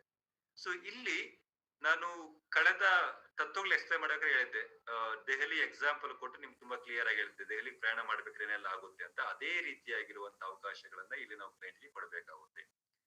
Then informed consent. So has I said, informed consent ಅಂದ್ರೆ ಏನು ಅಂದ್ರೆ ನಾವು ಒಪ್ಪಿಗೆ ಪಡ್ಕೊಳ್ಳುವಂಥದ್ದು. ಅರ್ಥ ಇಲ್ಲಿ ನಾವೇನಾದ್ರೂ ಗೌಪ್ಯವಾಗಿ ನಿರ್ವಹಿಸ್ತೀವಿ, ಕೆಲಸ ಮಾಡ್ತೀವಿ ಅಂದ್ರೆ ಅವರಿಗೆ ಮೊದ್ಲೇ ತಿಳಿಸ್ಬೇಕಾಗುತ್ತೆ. ಈಗ ನಾನು ಕ್ಲಾಸ್ನ ಶುರು ಮಾಡಿದಾಗ ಹೇಳ್ದೆ ಇದು ರೆಕಾರ್ಡ್ ಆಗುತ್ತೆ ಅಂತ. ಯಾಕೆ ಅಂತಂದಾಗ ನನಗೂ ಕೂಡ ಗೊತ್ತಿದೆ, ನಾನು ಹೇಳುವಂತ ಪ್ರತಿಯೊಂದು ವಿಚಾರವೂ ಕೂಡ ರೆಕಾರ್ಡ್ ಆಗುತ್ತೆ, ನಾಳೆ ಯೂಟ್ಯೂಬ್ ಅಲ್ಲಿ ಹೋಗುತ್ತೆ, ಬೇರೆ ಬೇರೆ ಜನ ನೋಡ್ತಾರೆ. ಹಾಗೆ ನೋಡುವಂತ ಸಂದರ್ಭದಲ್ಲಿ ನಾನು ಉಪಯೋಗಿಸುವಂತ ಭಾಷೆ ಮೇಲೆ ಇಡ್ತಾ ಇರ್ಬೇಕಾಗುತ್ತೆ. ಜೊತೆಗೆ ನೀವು ಯಾವ ರೀತಿ ಕ್ಲಾಸ್ ಕೇಳ್ತಿರೋದ್ರ ಮೇಲೆ ಡಿಪೆಂಡ್ ಆಗಿರುತ್ತೆ. ಸೊ ಈ ಎಲ್ಲ ಅಂಶಗಳ ಆಧಾರದ ಮೇಲೆ ನಾವು ವ್ಯಕ್ತಿಯೊಂದಿಗೆ ಯಾವುದೇ ದಾಖಲೀಕರಣ ಮಾಡ್ಕೊಳ್ತಾ ಇದೀವಿ ಅಂದ್ರೆ we must be inform to a client that this is going to be documented ಅಂತ. ನಾವು ಕೈಗೊಳ್ಳುವಂತ ಯಾವುದೇ ಸಂದರ್ಶನ ಇರ್ಬೋದು, ಅಥವಾ ನಾವು ಮಾತನಾಡುವಂತ ವಿಚಾರಗಳಿರ್ಬೋದು, ಅಥವಾ ಫೋನ್ ಅಲ್ಲಿ ರೆಕಾರ್ಡ್ ಮಾಡುವಂತ ಪರಿಸ್ಥಿತಿ ಬಂದప్పుడు ನೀವ್ ಏಮದ್ದು ಹೇಳ್ಬೇಕು, ನಾನು ರೆಕಾರ್ಡ್ ಮಾಡ್ತಾ ಇದ್ದೀನಿ, ನೀವ್ ಮಾತನಾಡಿ ಅಂತ. ಈಗ ಕೆಲವೊಂದು ಏನಾಗುತ್ತೆ, ಟೆಕ್ನಾಲಜಿ ತುಂಬಾ ಮುಂದುವರೆದ ಮೇಲೆ ನಾವೇನ್ ಮಾತಾಡ್ತೀವಿ ಪ್ರತಿಯೊಂದನ್ನು ಕೂಡ ರೆಕಾರ್ಡ್ ಮಾಡಿಕೊಂಡು ಬ್ಲಾಕ್ ಮೇಲ್ ಮಾಡುವಂತ ಕೆಲಸ ಆಗ್ತಾ ಇದೆ. But that should not be happen. The social worker must be very careful when he is going to document any person's communication. He must be informed to the client.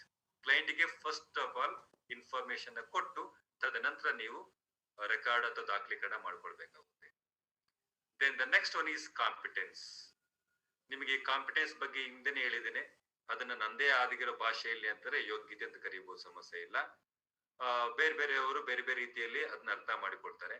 So ನಾನು ವ್ಯಕ್ತಿಯ ಅಥವಾ ಅರ್ಥಿಯ ಸಮಸ್ಯೆಗಳನ್ನ ಬಗೆಹರಿಸುವಷ್ಟು ಸಾಮರ್ಥ್ಯವನ್ನ ಹೊಂದಿದ್ರೆ ಮಾತ್ರ ನಾನು ಆ ವ್ಯಕ್ತಿಯ ಸಮಸ್ಯೆಯನ್ನು ಬಗೆಹರಿಸ್ತೀನಿ ಅಂತ ಒಪ್ಪಿಕೊಳ್ಬೇಕಾಗುತ್ತೆ. ಒಂದು ವೇಳೆ ನನಗೆ ಆ ಸಾಮರ್ಥ್ಯ ಇಲ್ಲ ಅಂತಂದಾಗ ನಾವು ಆ ವ್ಯಕ್ತಿಯನ್ನ ಸುಮ್ಮನೆ ಅಲಿಸುವಂತ ಕೆಲಸ ಮಾಡಬಾರ್ದು. ಸೊ ಸಮಾಜ ಕಾರ್ಯಕರ್ತರ ಆಗಿರುವಂತ ವ್ಯಕ್ತಿಗಳಿಗೆ ಫಸ್ಟ್ ಕಾರ್ಯನಿರ್ವಹಿಸ್ಲಿಕ್ಕೆ ಬೇಕಾಗಿರುವಂತಹ ಕಾನ್ಫಿಡೆನ್ಸ್ ಇರಲೇಬೇಕಾಗುತ್ತೆ. ಇಲ್ಲ ಅಂದ್ರೆ ನಾವು ಸಮಾಜ ಕಾರ್ಯಕರ್ತರಾಗ್ಲಿಕ್ಕೆ ಸಾಧ್ಯನೇ ಇಲ್ಲ. First we must show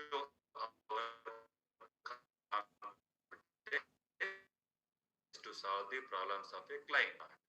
so ಈ ಕಾನ್ಫಿಡೆನ್ಸ್ ತುಂಬಾ ಅವಶ್ಯಕವಾಗಿ ಬೇಕಾಗುತ್ತೆ. Then the next one is conflicts of interest. ನಮ್ಗೆ ಇಷ್ಟ ಆಯ್ತು ಅಂತ ನಾವು ಸಂಘರ್ಷಗಳಿಗೆ ಎಡೆ ಮಾಡಿಕೊಡೋದು ತಪ್ಪು ಅಂತ ಹೇಳ್ತಾ ಇದ್ದೀವಿ.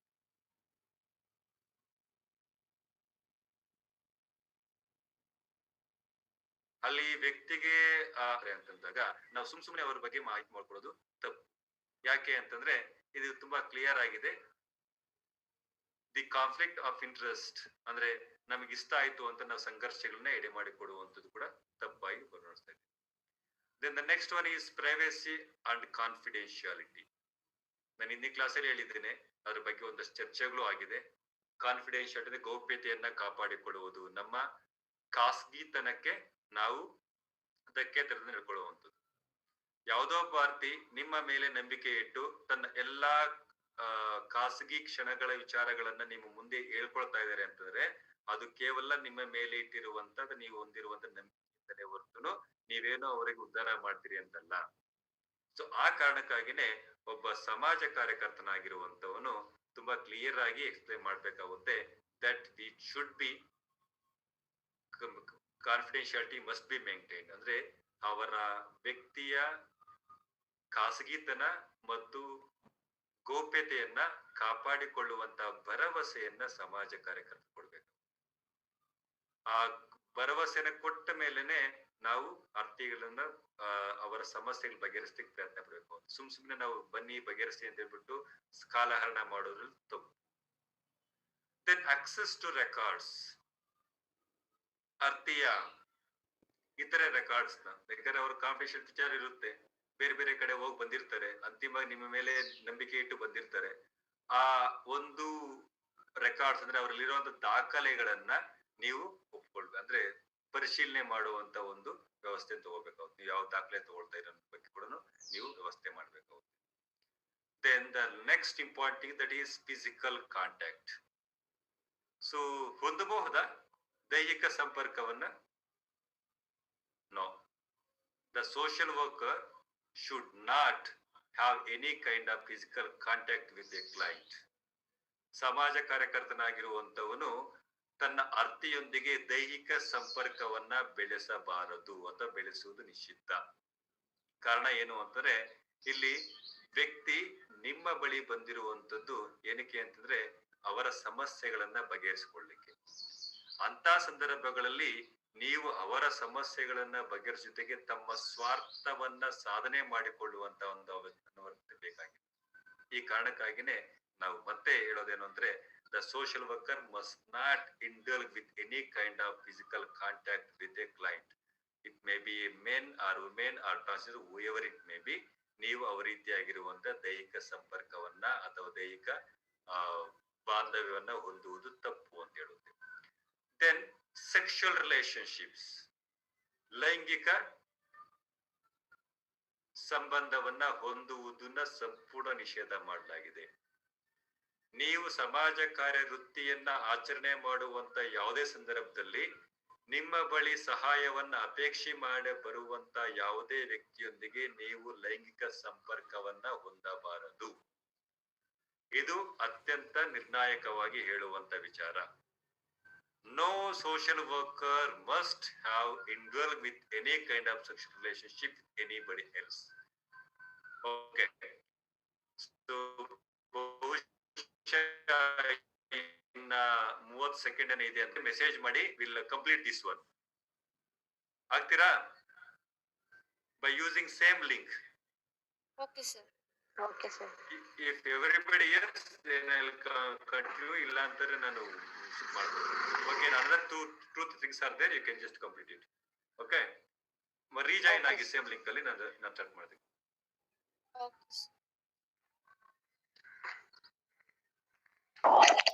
Yes. Vinay, ಆಗ್ತಾ ಇದೆಯಾ record?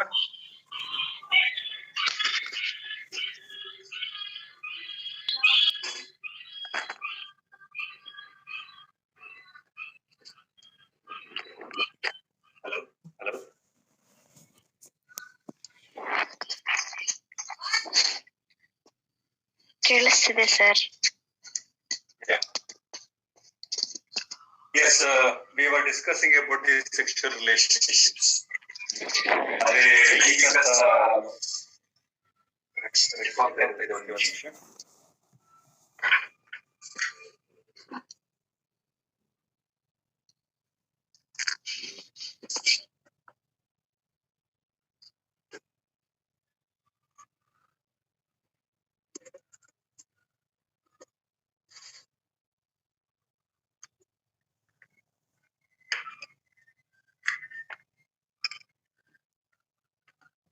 Hello. Now it's clear, Alva? Yes, sir. Yeah. Yes, so we were talking about the sexual relationships with clients. See, ಇಲ್ಲಿ ತುಂಬಾ ಕ್ಲಿಯರ್ ಆಗಿ ಹೇಳ್ತಾ ಇದ್ರೆ ಏನು ಅಂದ್ರೆ, ಖಂಡಿತ ಯಾವುದೇ ಒಬ್ಬ ಸಮಾಜ ಕಾರ್ಯಕರ್ತನು ತಾನು ಕ್ಲೈಂಟ್ ಆಗಿ ತಾನು ಅರ್ಥಿಯಾಗಿ ಹೊಂದಿರುವಂತ ಯಾವುದೇ ವ್ಯಕ್ತಿಯೊಂದಿಗೆ ಲೈಂಗಿಕ ಸಂಪರ್ಕವನ್ನ ನಾವು ಹೊಂದುವಂತದ್ದು ಕಾನೂನು ಬಾಹಿರ. So it may be man or woman or transgender, whoever he may be. The social worker must not indulge with any kind of sexual activity with a person who has accepted as a client. ಒಬ್ಬ ವ್ಯಕ್ತಿಯನ್ನ ನಾವು client ಅಥವಾ ಅರ್ಥಿ ಅಂತ ಒಪ್ಪಿಕೊಂಡ್ಮೇಲೆ ಆ ವ್ಯಕ್ತಿಯೊಂದಿಗೆ ನಾವು ಲೈಂಗಿಕ ಸಂಪರ್ಕವನ್ನ ಹೊಂದಬಾರದು ಅಥವಾ ಹೊಂದುವಾಗಿಲ್ಲ ಅನ್ನೋದನ್ನ ತುಂಬಾ ಕ್ಲಿಯರ್ ಕಟ್ ಆಗಿ ಹೇಳ್ತಾರೆ ನಮ್ಗೆ IFSW ಅವರ ವಿಚಾರಗಳು. ದ ನೆಕ್ಸ್ಟ್ ಒನ್ ತುಂಬಾ ಕ್ಲಿಯರ್ ಆಗಿದೆ. That is a sexual relationships ಅಂತ. ಸರಿ, ಸೆಕ್ಷುಯಲ್ ಹರಾಸ್ಮೆಂಟ್ ಅಂದ್ರೆ ಲೈಂಗಿಕ ದೌರ್ಜನ್ಯವನ್ನ ನಡೆಸುವಂತದ್ದು. ಈಗ ನಾವು ಯಾವುದೋ ಒಬ್ಬ ವ್ಯಕ್ತಿಯೊಂದಿಗೆ ಅಥವಾ ಯಾವ ಸಮಾಜ ಇಟ್ಕೊಂಡ ವ್ಯಕ್ತಿ ಹಲವಾರು ಜನ ಬರ್ತಾರೆ. ಕೆಲವರು ಇಷ್ಟ ಆಗ್ಬೋದು, ಕೆಲವರು ಇಷ್ಟ ಆಗದೆ ಇರ್ಬೋದು, ಸಮಸ್ಯೆ ಬಗೆಹರಿಸಬಹುದು, ಇನ್ಯಾವುದೋ ರೀತಿಯಾಗಿರುವಂತ ವಿಚಾರಗಳು ಕೂಡ ಬರ್ಬೋದು. ಬಟ್ ಇಲ್ಲಿ ನಾವು ಲೈಂಗಿಕ ಕಿರುಕುಳವನ್ನ ಕೊಡಬಾರದು. ಲೈಂಗಿಕ ಸಂಬಂಧ ಬೇರೆ, ಸಂಪರ್ಕ ಬೇರೆ, ಲೈಂಗಿಕ ಕಿರುಕುಳ ಬೇರೆ. ನಮ್ಮ ಸ್ವಂತ ಅಂದ್ರೆ ಇಲ್ಲಿ ಎರಡು ಬರ್ತಾ ಇದೆ. ಸೆಕ್ಷುಯಲ್ ರಿಲೇಶನ್ಶಿಪ್ ಬಂದಾಗ ನಿಮ್ ಕೇಸ್ ವರ್ಕಲ್ ತುಂಬಾ ಕ್ಲಿಯರ್ ಆಗಿ ಹೇಳ್ತಾರೆ. That is transparency and count transparency ಅಂತ ಕರೀತಾರೆ. ಟ್ರಾನ್ಸ್ಪರೆನ್ಸಿ ಅಂತಂದಾಗ ನೀವು ಯಾವ ವ್ಯಕ್ತಿಯೊಂದಿಗೆ ಅಥವಾ ಯಾವ ವ್ಯಕ್ತಿಯ ಸಮಸ್ಯೆಗಳನ್ನ ಬಗೆಹರಿಸ್ಲಿಕ್ಕೆ ಬಂದಿರ್ತೀರೋ ಅಂತ ವ್ಯಕ್ತಿಗೆ ನಿಮ್ಮ ಮೇಲೆ ಮನಸ್ಸಾದ್ರೆ ಅಥವಾ ಅಂತ ವ್ಯಕ್ತಿನೇ ಕ್ಲೈಂಟ್ ಆಗಿರುವಂತ ವ್ಯಕ್ತಿನೇ ನಿಮ್ಮ ಜೊತೆಗೆ ಸಂಪರ್ಕವನ್ನ ಸಂಪರ್ಕ ಪಡಿಸ್ಬೇಕು ಅಂತ ಪ್ರಯತ್ನ ಪಟ್ಟರು ಕೂಡ ನೀವ್ ಯಾವುದೇ ಕಾರಣಕ್ಕೂ ಅದನ್ನ ಒಪ್ಪಿಕೊಳ್ಳಬಾರದು. Even he or she is interested to have a sexual activity with you, you must not do that one. ಯಾಕೆ ಅಂದ್ರೆ ಇದು ನಮ್ಮ ಸಮಾಜ ಕಾರ್ಯದ ನೈತಿಕ ಹೊಣೆಗಾರಿಕೆಗಳಿಗೆ ವಿರುದ್ಧವಾಗಿರುವಂತ ವಿಚಾರವಾಗಿದೆ. ಅದನ್ನಂದ್ರೆ ಅರ್ಥಿ ಸಮಾಜ ಕಾರ್ಯಕರ್ತನೊಂದಿಗೆ ಹೊಂದಿರುವಂತ ವಿಚಾರಗಳನ್ನ ಟ್ರಾನ್ಸ್ಪರೆನ್ಸಿ ಅಂತ ಕರಿತೀವಿ ಇಲ್ಲಿ ಕೇಸ್ ವರ್ಕಲ್ಲಿ. Then next thing that is count transparency.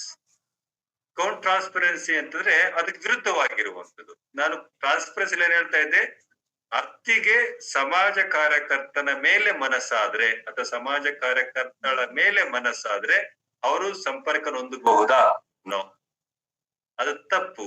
ಅವರಿಗೆ ಅರಿವು ಮೂಡಿಸಿನ ಕಳಿಸ್ಬೇಕಾಗುತ್ತೆ. ಕೌಂಟ್ ಟ್ರಾನ್ಸ್ಪರೆನ್ಸ್ ಅಂದ್ರೆ ಸಮಾಜ ಕಾರ್ಯಕರ್ತನಿಗೆ ಅಥವಾ ಸಮಾಜ ಕಾರ್ಯಕರ್ತಳಿಗೆ ಅರ್ಥಿಯ ಮೇಲೆ ಒಲವಾಗುವಂಥದ್ದು ಅಥವಾ ಸಂಪರ್ಕ ಏರ್ಪಡಿಸ್ಲಿಕ್ಕೆ ಮನಸ್ಸಾಗುವಂಥದ್ದು. ಇದು ಕೂಡ ಆಗ್ಬಾರ್ದು. ಅಂದ್ರೆ sexual relation with both way, it's accepted or mutually accepted, doesn't matter. when you are accepted a person as a client, you must not have such kind of issue. ಅದನ್ನ ನೀವು ಸೆಕ್ಷುಯಲ್ ರಿಲೇಶನ್ ಬಿಟ್ಕೊಡ್ಬೋಗಿಲ್ಲ. ಆಮೇಲೆ second one, sexual harassment ಅಂದ್ರೆ ಲೈಂಗಿಕ ಕಿರುಕುಳ ಕೊಡುವುದು. ಅವ್ರ ಬಗ್ಗೆ ನೀವು ಕೆಟ್ಟದಾಗಿ ಮಾತನಾಡುವಂಥದ್ದು, ಅವರಿಗೆ ಇಷ್ಟ ಆಗದೆ ಇರುವಂತ ರೀತಿಯಲ್ಲಿ ನಡ್ಕೊಳ್ಳುವಂಥದ್ದು, ಅವ್ರ ಡ್ರೆಸ್ ಬಗ್ಗೆ ಕಮೆಂಟ್ ಮಾಡಿರ್ಬೋದು, ಅವರ ಖಾಸಗಿ ಅಂಗಗಳನ್ನ ಮುಟ್ಟುವಂಥದ್ದು. ಅಂದ್ರೆ ಯಾವುದನ್ನ ಅರ್ಥಿಗೆ ಸಹಿಸ್ಲಿಕ್ಕೆ ಆಗಲ್ವೋ ಅದೆಲ್ಲವೂ ಕೂಡ ಸೆಕ್ಷುಯಲ್ ಹರಾಸ್ಮೆಂಟ್ ಆಗುತ್ತೆ. ನೀವು ಅವ್ರ ಬಗ್ಗೆ ಕಮೆಂಟ್ ಮಾಡುವಂಥದ್ದು, ಮೆಸೇಜಸ್ ನ ಕಳಿಸುವಂಥದ್ದು, ನಗ್ನ ಚಿತ್ರಗಳನ್ನ ಕಳಿಸುವಂಥದ್ದು, ನೀಲಿ ವಿಡಿಯೋಸ್ ನ ಕಳಿಸೋದು, these comes under the sexual harassment. Being a social worker, nobody must do all these things. ಈ ಕೆಲಸಗಳನ್ನ ಸಮಾಜ ಕಾರ್ಯಕರ್ತ ಆಗಿರುವಂತವ್ರು ಮಾಡಬಾರ್ದು ಅನ್ನುವಂಥದ್ದೇ ಈ ನೈತಿಕ ಹೊಣೆಗಾರಿಕೆಯಲ್ಲಿ ಹೇಳುವಂತ ವಿಚಾರವಾಗಿದೆ. ದೆನ್ ಡೆರಾಗೇಟರಿ ಲ್ಯಾಂಗ್ವೇಜ್ ಅಂದ್ರೆ ಕೆಟ್ಟ ಭಾಷೆಯನ್ನ ಬಳಸುವಂಥದ್ದು. ಸೆಷನ್ಗೆ ಬಂದಿರಬೇಕಾದ್ರೆ ಅಥವಾ ಅವರೊಂದಿಗೆ ನೀವು ಮಾತನಾಡಬೇಕಾದ್ರೆ ಅವರ ಬಗ್ಗೆ ಕೆಟ್ಟದಾಗಿ ಮಾತನಾಡುವಂಥದ್ದು, ಅವರಿಗೆ ಅರ್ಥ ಆಗದಿರುವಂತ ಕೊಳಕು ಭಾಷೆಯನ್ನ ಬಳಸುವಂಥದ್ದು ಕೂಡ ಈ ನೈತಿಕ ಹೊಣೆಗಾರಿಕೆಗೆ ವಿರುದ್ಧವಾಗಿರುವ. ಇಲ್ಲಿ ಡೆರಾಗೇಟರಿ ಲ್ಯಾಂಗ್ವೇಜ್ ಇನ್ ದಿ ಸೆನ್ಸ್ ಇದು ಯಾವುದೇ ರೀತಿಯಾಗಿರುವಂತ ಸಹಿಸ್ಲಿಕ್ಕೆ ಆಗದೇ ಇರುವಂತ ಭಾಷೆ, ಆ ಭಾಷೆಯನ್ನ ಸಮಾಜ ಕಾರ್ಯಕರ್ತನಾಗಿರುವಂತನು ಬಳಸಬಾರದು ಅಂತ ತುಂಬಾ ಕ್ಲಿಯರ್ ಆಗಿ ಹೇಳ್ತಾರೆ. ದೆನ್ ಪೇಮೆಂಟ್ ಫಾರ್ ಸರ್ವಿಸಸ್, ನೀವು ಒದಗಿಸುವಂತ ಸೇವೆಗಳಿಗೆ ಎಷ್ಟು ಪೇಮೆಂಟ್ ಅನ್ನ ತಗೊಳ್ತೀರಿ ಅನ್ನುವಂಥದ್ದು. ಸೊ ಜನ ನೋಡಿ ಪೇಮೆಂಟ್ ನ ಮಾಡುವುದು, ಇವ್ರು ನೋಡ್ಲಿಕ್ಕೆ ಚೆನ್ನಾಗಿದ್ದಾರೆ, ಇವ್ರಿಗೊಂದು 500 ರೂಪಾಯಿ 1000 ರೂಪಾಯಿ ಹಾಕುವಂಥದ್ದು.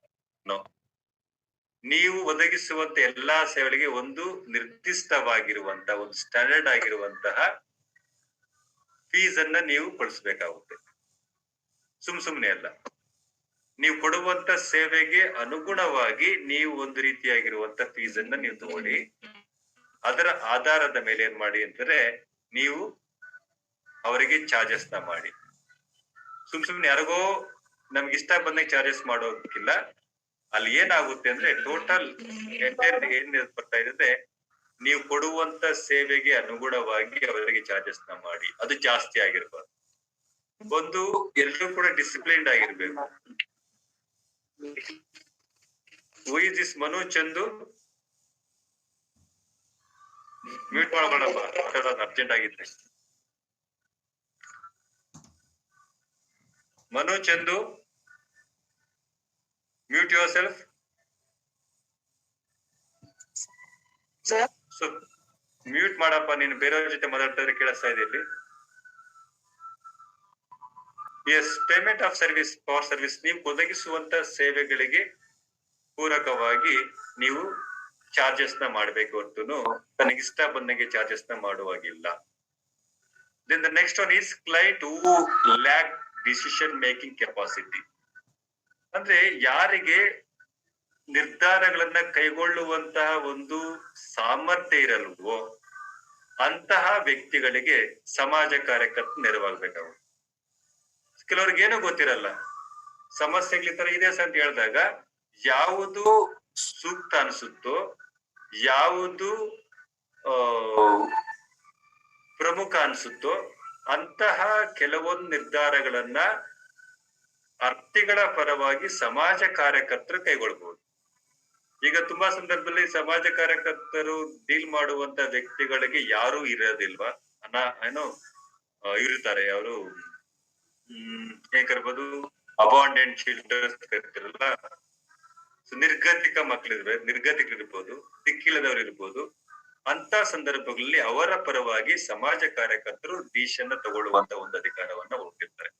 ಆದ್ರೆ ಎಲ್ರೂ ಇದ್ದಾಗ ನೀವು ತಗೊಳ್ಳುವಂತ ಅವಶ್ಯಕತೆ ಇಲ್ಲ, ಅಥವಾ ಕ್ಲೈಂಟೇ ನಿರ್ಧಾರ ತಗೊಳ್ಳುವಂತ ಕೆಪಾಸಿಟಿ ಅಂದಾಗ ನೀವು ತಗೊಳ್ಬೇಕಾಗಿಲ್ಲ. ಇಲ್ಲ, ಯಾವಾಗ ಕೋಮಾದಲ್ಲಿ ಇರ್ತಾನೋ ಒಬ್ಬ ಕ್ಲೈಂಟು, ಯಾವಾಗ ನಿರ್ಧಾರಗಳು ತಗೊಳ್ಳಿಕ್ ಸಾಧ್ಯತೆ ಇರಲ್ವೋ, ಯಾವಾಗ ಮಾನಸಿಕ ಸ್ಥಿಮಿತವನ್ನ ಕಳ್ಕೊಂಡಿರ್ತಾರೋ, ಯಾವಾಗ ಯಾರು ಇರಲ್ವೋ ಅಂತ ಸಂದರ್ಭಗಳಲ್ಲಿ ಮಾತ್ರ ಸಮಾಜ ಕಾರ್ಯಕರ್ತರು ಆರ್ಥಿಗಳ ಪರವಾಗಿ ನಿರ್ಧಾರಗಳನ್ನ ಕೈಗೊಳ್ಳಿಕ್ಕೆ ಸಾಧ್ಯತೆ ಇದೆ. ದೆನ್ ಇಂಟ್ರಪ್ಷನ್ ಆಫ್ ಸರ್ವಿಸಸ್, ಇಲ್ಲಿ ಇಂಟ್ರಪ್ಷನ್ ಆಫ್ ಸರ್ವಿಸಸ್ ಅಂದ್ರೆ ನೀವು ಒದಗಿಸುವಂತ ಸೇವೆಗಳಿಗೆ ಮಧ್ಯೆ ಮಧ್ಯೆ ಬ್ರೇಕ್ ಗಳನ್ನ ಕೊಡುವಂತ, ಅದು ಮಾಡಬಾರದು. ಯಾಕೆ ಅಂತಂದಾಗ ಅತಿ ನಿಮ್ಮ ಸಾಮರ್ಥ್ಯಗಳನ್ನ ನಂಬಿ ಅವರು ನಿಮ್ಮ ಬಳಿ ಸಹಾಯನ ಅಪೇಕ್ಷೆ ಮಾಡಿ ಬರ್ತಾ ಇದ್ದಾರೆ. ಹಾಗಿರ್ಬೇಕು ಅಂತಂದಾಗ ನೀವೇನ್ ಮಾಡ್ಬೇಕು, ಫಸ್ಟ್ ಅವರಿಗೆ ಅವರ ಸಮಸ್ಯೆಗಳನ್ನ ಬಗೆಹರಿಸುವಂತದ್ದೇ ನಿಮ್ಮ ಮೊದಲ ಪ್ರಿಯಾರಿಟಿ ಆಗಿರ್ಬೇಕಾಗುತ್ತೆ, ಮೊದಲ ಪ್ರಾಶಸ್ತ್ಯ ಆಗಿರ್ಬೇಕು. ಅದನ್ನ ಹೊರತುಪಡಿಸಿ ತನಗೆ ಇವತ್ತು ಇಷ್ಟ ಇಲ್ಲ, ತನಗೆ ಮೂಡಿಲ್ಲ ಅನ್ನೋ ಕಾರಣಕ್ಕಾಗಿನೇ ಆ ಒಂದು ಸರ್ವಿಸಸ್ಗೆ ಇಂಟ್ರಪ್ಷನ್ ಮಾಡುವಂತ ತಪ್ಪು ಅನ್ನುವಂತ ವಿಚಾರವನ್ನ ಇಲ್ಲಿ ರೆಸ್ಪಾನ್ಸಿಬಿಲಿಟಿ ಹೇಳ್ತಾರೆ. Last one, that is termination of services. Sir, ಒಂದ್ಸರಿ ನಾನು ಅರ್ಥಿಯಾಗಿ ನಿಮ್ ಬಳಿ ಸೇರ್ಬಿಟ್ಟಿದೀನಿ, ಇನ್ನ ನನ್ನ ಜೀವನ ಇರೋವರೆಗೂ ಅರ್ಥಿಯಾಗಿ ಇಟ್ಕೊಳ್ಳಿ ಸರ್ ಅಂದ್ರೆ ಇಟ್ಕೊಳಿಕ್ ಆಗುತ್ತಾ? No, it's highly impossible. ಪ್ರತಿಯೊಂದು ಆರಂಭಕ್ಕೂ ಒಂದು ಅಂತ್ಯ ಇರಬೇಕಾಗುತ್ತೆ. ಈಗ ಆರಂಭ ಆಗಿದೆ ಅಂದ್ರೆ ಅದಕ್ಕೊಂದು ಅಂತ್ಯ ಕನ್ಫರ್ಮ್ ಆಗಿರುತ್ತೆ. Whatever it may be, ಜೀವನಕ್ಕೂ ಒಂದು ಆರಂಭ, ಒಂದು ಅಂತ್ಯ ಇದೆ. ನಾವು ಮಾಡೋ ಕೆಲಸಕ್ಕೂ ಒಂದು ಆರಂಭ ಇದೆ, ಅಂತ್ಯ ಇದೆ. ನಾವು ಮತ್ತೆ ಏರ್ಪಡುವಂತ ಕೆಲವು ರಿಲೇಶನ್ಶಿಪ್ ಗಳಿಗೂ ಕೂಡ ಆರಂಭ ಮತ್ತು ಅಂತ್ಯ ಇದ್ದೇ ಇರುತ್ತೆ. ಈ ಆರಂಭ ಅಂತ್ಯ ಇರುವಂತದ್ದಕ್ಕಾಗಿನೇ ಮನುಷ್ಯ ಈಗಲೂ ತಗ್ಗಿ ಬಗ್ಗೆ ನಡಿಗೆ ಸಾಧಿಸಿರ್ಬೇಕಾಗುತ್ತೆ. ಸೊ ಅದೇ ತರ ಸಮಾಜ ಕಾರ್ಯ ಅಂತಂದ್ರೆ ವ್ಯಕ್ತಿ ತನ್ನ ಸಮಸ್ಯೆಗಳನ್ನ ತಾನೇ ಬಗೆಹರಿಸಿಕೊಳ್ಳಲು ಅಗತ್ಯವಿರುವಂತ ಸಂಪನ್ಮೂಲಗಳನ್ನು ತಂದೊದಗಿಸುವಂತ ಕಲೆಯಾಗಿದೆ. ಆಯ್ತು ಹೇಳ್ಬಿಟ್ಟು ನಾವು ಜೀವನ ಪರ್ಯಂತ ಸಂಪತ್ತು ತಂದೊದಗಿಸ್ತಾ ಇರ್ತೀವಿ ಅಂತ ಹೇಳಿಕ್ ಸಾಧ್ಯತೆ ಇಲ್ಲ. ಎಕ್ಸಾಂಪಲ್ ಭಿಕ್ಷುಕಂತ ಎಕ್ಸಾಂಪಲ್ ಕೊಟ್ಟಾಗ ಅಥವಾ ಒಂದು ಮೀನಿನ ಎಕ್ಸಾಂಪಲ್ ಕೊಟ್ಟಾಗ ಹೆಲ್ಪಿಂಗ್ ಪೀಪಲ್ ಹೆಲ್ಪ್ ದೆಮ್ ಜೆಲ್ಸ್ ಅಂತಾರೆ. ಅರ್ಥ ಏನು ಅಂತಾರೆ, ಅಗತ್ಯವಿರುವಂತ ವ್ಯಕ್ತಿಗಳಿಗೆ ನೆರವಾಗುವುದರ ಮೂಲಕ ಅವರು ತಮಗೆ ತಾವೇ ಸಹಾಯ ಮಾಡಿಕೊಳ್ಳಿಕ್ಕೆ ಸಹಕಾರಿಯಾಗುವಂತದ್ದು ಅಂತ ಹೇಳ್ತಾ ಇದ್ದೀವಿ. ಅಂದ್ರೆ ಮೀನನ್ನ ಪ್ರತಿ ಸರಿ ಹಸಿವಾದಾಗ ಅವ್ರು ಬಂದು ಭಿಕ್ಷೆ ಬೇಡಿ ಅಂತ ಹೇಳ್ತಾ ಇಲ್ಲ ನಾವು. ಪ್ರತಿ ಬಾರಿ ಹಸಿವಾಗುವಂತ ಸಂದರ್ಭಗಳಲ್ಲಿ ಮೀನನ್ನ ಕೊಟ್ಟು ಮೀನನ್ನ ಹೇಗೆ ಹಿಡಿಬೇಕು, ಅದನ್ನ ಹೇಗೆ ಬೇಯಿಸ್ಬೇಕು, ಹೇಗೆ ತಿನ್ಬೇಕು ಅನ್ನೋದನ್ನ ಕಲಿಸುವಂತ ಕಲೆ ಸಮಾಜಗತವಾಗಿರ್ತದೆ. ಆ ಕಾರಣಕ್ಕಾಗನೆ ಒಂದು ಆರಂಭಕ್ಕೆ ಒಂದು ಅಂತ್ಯ ಕನ್ಫರ್ಮ್ ಆಗಿರುತ್ತೆ. ನೀವು ಕೊಡುವಂತ ಸೇವೆಗಳಿಗೂ ಅಷ್ಟೇ ಒಂದು ನಿರ್ದಿಷ್ಟವಾಗಿರುವಂತ ಸಂದರ್ಭ ನೋಡಿಕೊಂಡು ಇನ್ನೇನು ಅವರ ಸಮಸ್ಯೆಗಳು ಬಗೆಹರಿದಿವೆ ಅಂತ ತಿಳಿಯುವಷ್ಟೊಳಗಡೆ ನೀವೇನ್ ಮಾಡ್ಬೋದು, ನಿಮ್ಮ ಸೇವೆಗಳನ್ನ ನಿಲ್ಲಿಸಿ ಆ ವ್ಯಕ್ತಿಯನ್ನ ಸೆಲ್ಫ್ ಸಸ್ಟೈನ್ಡ್ ಆಗಿ ಮಾಡುವಂತ ಕೆಲಸ ಮಾಡ್ಬೇಕು. This is what about termination of services. ನೀವು ಜೀವನ ಪರ್ಯಂತ ಅವರಿಗೆ ಸಹಾಯ ಮಾಡೋ ಅವಶ್ಯಕತೆ ಇಲ್ಲ, ಅವ್ರಿಗೆ ನೆರವಾಗುವಂತ ಅವಶ್ಯಕತೆ ಇಲ್ಲ. ಒಂದು ಹಂತದಲ್ಲಿ ನಿಮಗೆ ಫೀಲ್ ಆಗುತ್ತೋ, ಯಾವಾಗ ನೀವು ಆ ಒಂದು ಕೆಲಸಕ್ಕೆ ಅಂದ್ರೆ ಆ ವ್ಯಕ್ತಿ ತನ್ನ ಸಮಸ್ಯೆ ತಾನೇ ಬಗೆಹರಿಸ್ಕೊಟ್ಟಂತ ಫೀಲ್ ಮಾಡ್ತಾನೋ ಅಂತ ಸಂದರ್ಭ ಏನ್ ಮಾಡ್ಬೋದು, ನೀವು ಅದನ್ನ ನೀವು ಕೊಡುವಂತ ಸೇವೆಗಳನ್ನ ಟರ್ಮಿನೇಷನ್ ಮಾಡುವಂತ ಒಂದು ಅವಕಾಶ. ಇದು ಅರ್ಥಗಳೊಂದಿಗೆ ಸಮಾಜ ಕಾರ್ಯಕರ್ತರು ಹೊಂದಿರಲೇಬೇಕಾಗಿರುವಂತ ಕೆಲವೊಂದು ನೀತಿ ಗುಣಗಾರಿಕೆಗಳು. This is what about from first to last ವರೆಗೂ ತುಂಬಾ ಇದೆ ನಮ್ಮಲ್ಲಿ. Commitment to the client, self determination, inform consent, competence, conflict of interest, privacy and confidentiality, access to records, physical contact, sexual relationships, sexual harassment, derogatory language, payment of services, client who lack in making decisions, interruption of services, termination of service. ಇಷ್ಟು ಹೊಣೆಗಾರಿಕೆಗಳನ್ನ ಒಬ್ಬ ಸಮಾಜ ಕಾರ್ಯಕರ್ತ ತನ್ನ ಅರ್ಥಗಳೊಂದಿಗೆ ಹೊಂದಿರಬೇಕಾಗುತ್ತೆ. So ಹೀಗೆ ಮಾಡೋದ್ರಿಂದ ನಮ್ಮ ಸಮಾಜ ಕಾರ್ಯ ವೃತ್ತಿಯ ಆಶೋತ್ತರಗಳನ್ನ ಈಡೇರಿಸುವುದರ ಜೊತೆಗೆ ನಮ್ಮನ್ನು ನಾವು ಸ್ವಸಹಾಯವನ್ನಾಗಿ ಮಾಡ್ಕೊಳ್ಳಲಿಕ್ಕೆ ಸಾಧ್ಯತೆ ಇದೆ. Yes, this is what I just want to explain you today.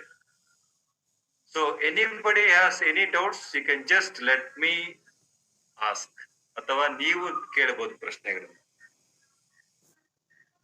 Any doubts?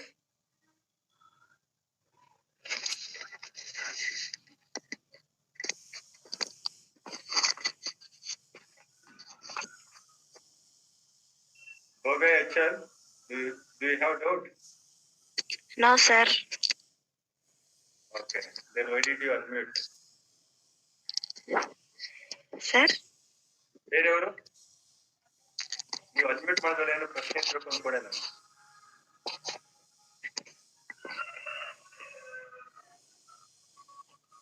Yes, anyone else?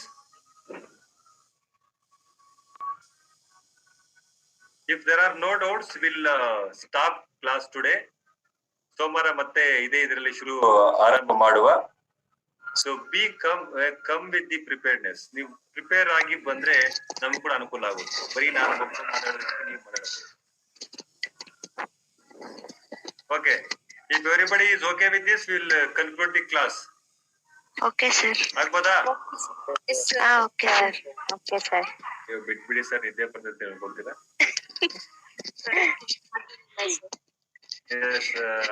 ಈಗ 2ನೇ ಕ್ಲಾಸ್ ತುಂಬಾ ಜನ ಕಡಿಮೆ ಜನ ಬಂದ್ರೆ ನಾನು ನೋಡ್ತೀನಿ. ಈ ವಿಡಿಯೋನ ಕರೆಕ್ಟ್ ಆಗಿ ರೆಕಾರ್ಡ್ ಆಗಿದೆ ಅಂತಂದ್ರೆ ಅದನ್ನೇ ಅಪ್ಲೋಡ್ ಮಾಡಿರ್ತೀನಿ. ಇಲ್ಲ ಅಂತಂದ್ರೆ ಬೇರೆ ವಿಡಿಯೋನ ಮಾಡಿ ನಾನು ಅಪ್ಲೋಡ್ ಮಾಡ್ತೀನಿ, ಸಮಸ್ಯೆ ಇಲ್ಲ. But my ultimate interest is to make you to understand properly, that's it. So ನಿಮಗೆ ಈ ಕ್ಲಾಸ್ ಅಲ್ಲಿ ಸರಿಯಾಗಿ ಅರ್ಥ ಆಗ್ತಾ ಇದೆ ಇಲ್ವೋ ಅನ್ಲಿಕ್ಕೆ ಯೂಟ್ಯೂಬ್ ಅಲ್ಲಿ ಹೋಗಿ ನನ್ನ ಮೇಲೆ ನನ್ನ ಲಿಂಕ್ಸ್ ಇದೆಯಲ್ಲ ಅದ್ರ ಮೇಲೆ ಕಮೆಂಟ್ ಮಾಡಬಹುದು, ಅಥವಾ ಫೇಸ್ಬುಕ್ ಅಲ್ಲೂ ಕೂಡ ಇದೀನಿ. You can directly ask me any question, then I will try to clarify it. So ನಿಮ್ಮ ಅನಿಸಿಕೆ ಅಭಿಪ್ರಾಯಗಳನ್ನ ಯೂಟ್ಯೂಬ್ ಅಲ್ಲಿ ಶೇರ್ ಮಾಡ್ಕೊಳ್ಬಹುದು, so that more views will definitely get it. ನನ್ನ ಪ್ರಕಾರ 3 ಜನ ಬಿಟ್ರೆ ಯಾರು ಅದನ್ನ ಕಂಪ್ಲೀಟ್ ಆಗಿ ನೋಡಿಲ್ಲ ಅಂತ ಗೊತ್ತಿದೆ ನನಗೂನು. So again I telling because it's 1 ಗಂಟೆ ಸಮಥಿಂಗ್ ಚೇಂಜ್, 1 ಗಂಟೆ ಸಮಯ ಇದೆ, ಅದಕ್ಕಾಗಿ ಡಿಲೇ ಆಗಿರ್ಬೋದು. ನೀವು ಕೇಳ್ಬೋದು. ಓಕೆ, ಚಲಿ stop it. Okay sir. Okay, thank you sir. Thank you.